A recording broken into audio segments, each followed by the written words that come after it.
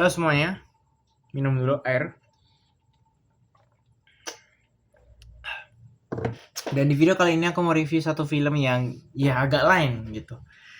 Satu film yang ngakak abis. Salah satu film menurutku terlucu di tahun 2025 dan menurutku one of the best movies yang aku tonton di 2025. Ini salah satu list yang sangat susah sekali untuk aku tentukan gitu. Aku udah nonton Satu Kakak Tujuh Ponakan di Januari. Terus ada film yang Marvel yang lumayan jelek juga, Captain America. Terus ada yang sedikit lebih baik, ada Thunderbolts. Agak sedikit turun di Fantastic Four. Terus aku juga ada nonton Sore, ada nonton Panggil Aku Ayah, Jangan Panggil Mama Kafir, salah satu film jelek sekali. Kemudian ada film Tinggal Meninggal, ada film apa lagi ya? Kurang lebih itu doang. Ada Tron Ares juga, salah satu film yang pencarian makna hidup yang lumayan terasa gitu. Seorang Ares dari seorang robot AI gitu pada akhirnya. Dan di tahun ini mungkin ditutup dengan film itu. Mungkin aku pengen nonton Zootopia juga gitu ya. Jadi iya, kurang lebih gitu. Itu film-film yang aku tonton. Dan agak lain ini menurutku masuk top 5 ya, teman. Jadi top 1 ku tetap Satu Kakak Tujuh Ponakan. Kedua itu Sore. Ini Sore, terus ketiga itu aku film nonton barat Relay nomor satu, Relay nomor satu itu salah satu film action yang sangat bagus banget, Relay. Terus Satu Kakak Tujuh Ponakan, Sore.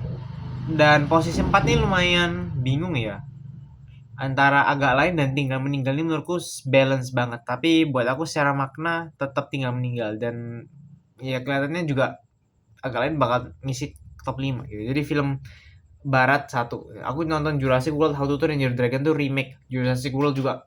Itu film ceritanya ampas banget, CGI nggak usah ditanya, itu udah bagus banget di atas Marvel. Aku nggak tahu produksinya tuh apa studionya, tapi ada plot armor di akhir tuh cacat banget teman-teman. Jadi ada satu orang lah di film itu udah mati dimakan dinosaurus sih, gede banget lah, modifikasi, masih dihidupin lagi di akhir, ternyata masih selamat, renang kan, bodoh gitu. Tapi udah, itu jelek banget.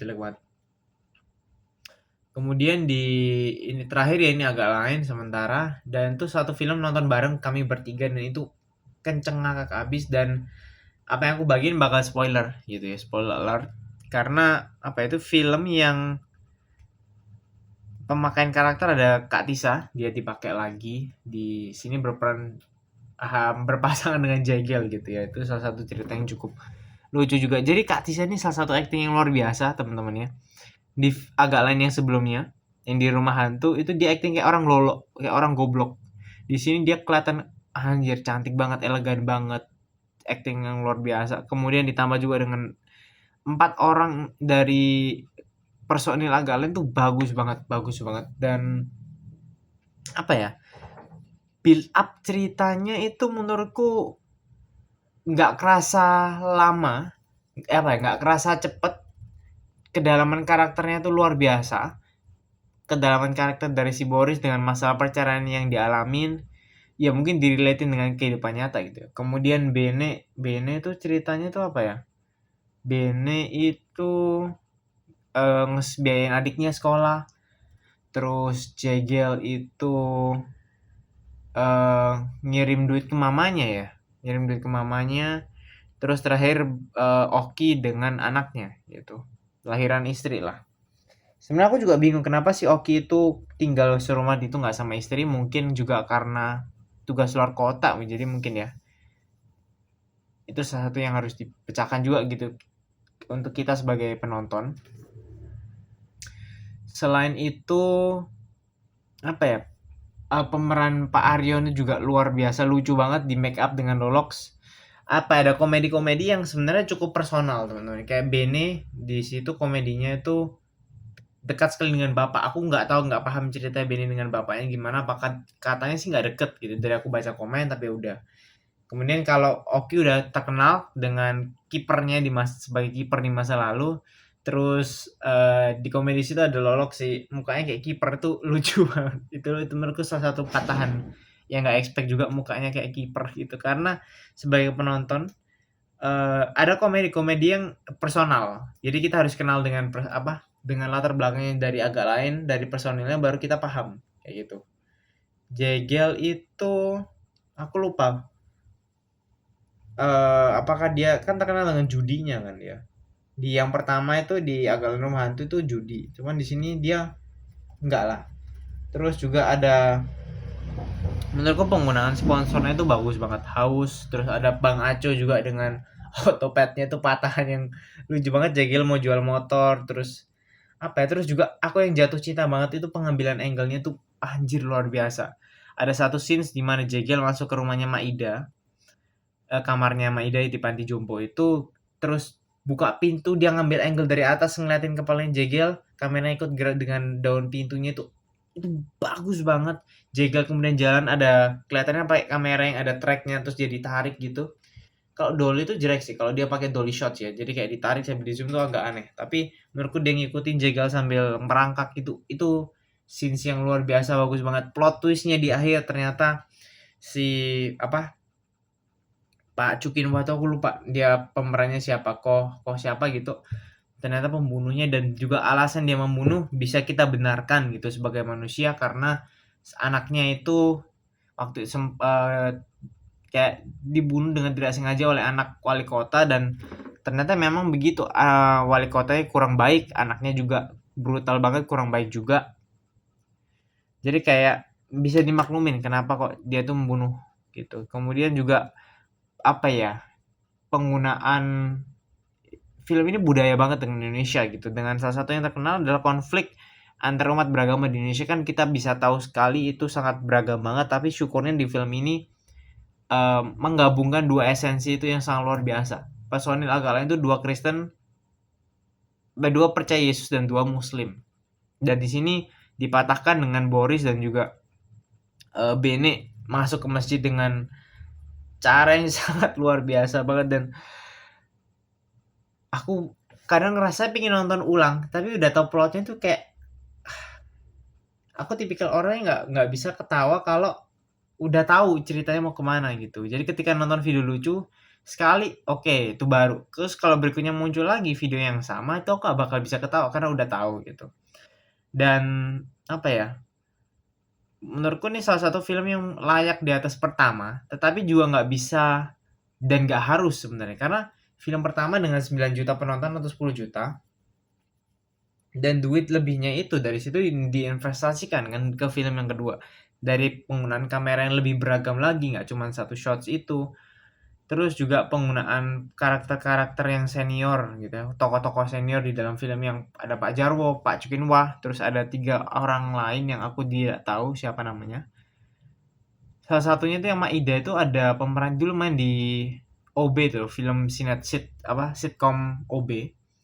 Aku lupa, aku nggak tahu siapa namanya gitu ya. Itu acting yang luar biasa. Terus kekocakan, kekoplakan dan satu pikiran kok bisa orang-orang ini jadi polisi dan segala macem. Dan buat aku pembangunan karakter di 3 babak itu luar biasa. Pembangunan karakter terus kemudian muncul konflik-konflik mereka dibangun dengan nggak bisa biayain adik, masalah perceraian dan segala macam.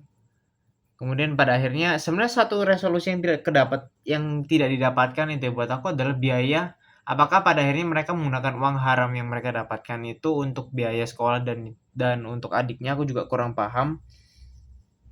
Tapi maybe yes, maybe no gitu ya. Tapi satu patahan yang menurutku luar biasa lucu adalah ketika si Bene dia khotbah di masjid. Ini aneh kan? Kalian nonton aja kok bisa. Bene khotbah di masjid.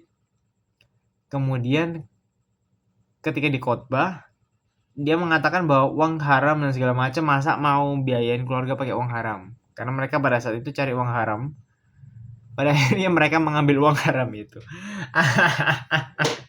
Itu salah satu yang luar biasa. Buat aku yang paling lucu adalah ketika Oki dan Boris gitu. Mereka baru pertama kali masuk panti jadi penghuni. Kemudian pas Tisanya tuh mau bantuin buka koper, si Oki itu tiba-tiba jangan. Itu tiba-tiba badannya aktif tuh lucu banget. Terus ada scenes mereka bertengkar, mereka tampar-tamparan di ruang makan tuh lucu banget, luar biasa lucu banget. Apa ya, dan kemudian drama dan kesedihan yang didapat, gimana sih eh panti itu juga butuh uang, dan apa ya, sebagai penonton ada rasa deg-degan ketika ada juga si Pak Aryo yang apa namanya, karirnya dipertaruhkan, dan pada akhirnya kan kita sebagai penonton pingin mereka berhasil. Kita cuma pingin mereka berhasil, Pak Aryonya jangan sampai dimutasi lah. Pada akhirnya dia tetap dimutasi. Ini sama kayak di film pertama konsepnya. Penulisan dari Bang Aco dan Bang Bene luar biasa bagus banget. Aku akan akuin skripnya ini bagus banget. Ditulis dalam waktu yang singkat. Memang gak sebagus Sore dan Satu Kakak Tujuh Ponakan gitu ya. Tapi tetap untuk film yang ringan komedi ini bagus banget. Kenapa? Ya karena itu build up-nya kayak ketika kita nonton, wah kita pingin mereka tuh berhasil, kita pingin main karakternya, protagonis itu berhasil, tapi pada akhirnya mereka gagal, dan malah ada muncul resolusi lain yang kita nggak expect. Di film pertama juga seperti itu, kita pinginnya mereka tuh nggak masuk penjara karena nggak sengaja membunuh, dan pada akhirnya mereka masuk penjara setahun, dan ada resolusi yang kita juga nggak expect. Dan juga aku cukup berharap di film yang ketiga gitu ya, dan ini beban yang cukup terasa banget berat buat mereka pastinya, tapi seharusnya mereka dalam pandanganku tidak menonton film ini dalam jangka yang nggak buat film lagi dalam jangka yang cepat gitu. Menurutku 2 tahun mereka bisa ambil waktu untuk develop dan nggak kejar tayang, nggak tiap tahun tayang terus gitu. Jadi at least 2 tahun ataupun 2 tahun setengah, 3 tahun untuk mereka develop. Mereka matengin skrip, mereka juga cari jeda, mereka redain suasana penonton, baru mereka kirim lagi gitu. Mereka bikin lagi, jangan kejar kayak ini rame jutaan, mereka kirim film bikin terus hanya untuk milking money. Jangan sampai kayak Disney, jangan sampai kayak film-film yang ya milking itu, mostly Disney sama Pixar gitu. Mereka milking money lah. Toy Story 4, Toy Story 5 katanya mau muncul gitu ya. Terus juga Disney dengan Buzz Lightyear-nya itu kartun yang merusak citra Toy Story banget gitu. Kemudian Inside Out 2 menurutku lumayan bagus ya. Terus Zootopia 2, Zootopia-nya nggak tahu DreamWorks atau siapa yang bikinnya, Disney kah? Itu mungkin salah satu film yang juga mungkin menarik. Home itu juga film yang agak aneh sih, tapi ya udahlah. Dan semoga, harapanku sih mereka tahan dulu selama 2 tahun, jadi mungkin 2 tahun lagi mungkin bisa tayang 2027 akhir atau 2028 awal. Jadi biar apa ya, agak lain ini jadi patokan gitu. Gak kayak kemarin, kayak Jangan Panggil Mama Kafir tuh film sampah banget gitu ya. Kenapa kasih 5, harusnya kasih 3 gitu ya, atau 2 bahkan. Apa ya? Karena film-film milking di Indonesia kayak horor kayak gitu, Pesugihan Sati Gagaknya nggak nonton. Jadi banyak film-film yang penjual agama. Salah satu indikator buat temen-temen ya kalau mau nonton film, lihat filmnya itu buy one get one. Kalau ada buy one get one setiap hari, itu udah pasti filmnya jelek, udah pasti temen. Jadi kayak yang main Dinda Kirana itu aku lupa apa. Bila Esok, terus filmnya Iqbal tuh nggak nonton. Banyak film-film Indo yang nggak tonton karena aku tahu bakal jelek. Ya kenapa Jangan Panggil Mama Kafir tuh aku tonton, karena diajakin sama temen dan pada akhirnya ditraktir kayak gitu. Jadi semoga tuh bisa memberikan perspektif kenapa aku nonton film kayak gitu. Tapi ini salah satu apa ya, agak lain adalah buat aku ya, nggak ada film komedi sebagus Agak Lain di Indonesia buat aku ya. Agak Lain yang ini yang Menyala Panti ya. Buat aku Agak Lain yang pertama itu enggak banyak yang lucu. Dan menurutku ya, film yang bagus dalam pandanganku adalah ketika ada scenes yang kita bisa ingat dengan jelas, karena scenes itu kayak jadi ikonik banget. Buat aku ya di film ini ikoniknya adalah scenes dari Boris dan Oki yang di lagunya Tuhan Maafkan Diri Ini. Di lagu itu scenes yang sangat ikonik sekali untuk film ini. Kemudian Agak Lain Saat Sore itu salah satu ikoniknya buat aku tuh di akhir ya, ketika mereka ketemu di salaman itu buat aku ikonik, tapi aku kurang suka endingnya. Selain terus di Satu Kakak Tujuh Ponakan, scenes ikonik yang buat aku suka banget itu one shot ketika mereka sekeluarga main piano di rumah gitu ya. Itu menurutku scenes iconic, kemudian mereka nyanyi, aku lupa lagunya apa. Relay scenes iconic. Kalau film action itu nggak banyak scenes iconic ya, karena itu keseluruhan cerita gitu. Tapi ya tinggal meninggal itu, untuk scenes ikoniknya apa ya, tinggal meninggal ya.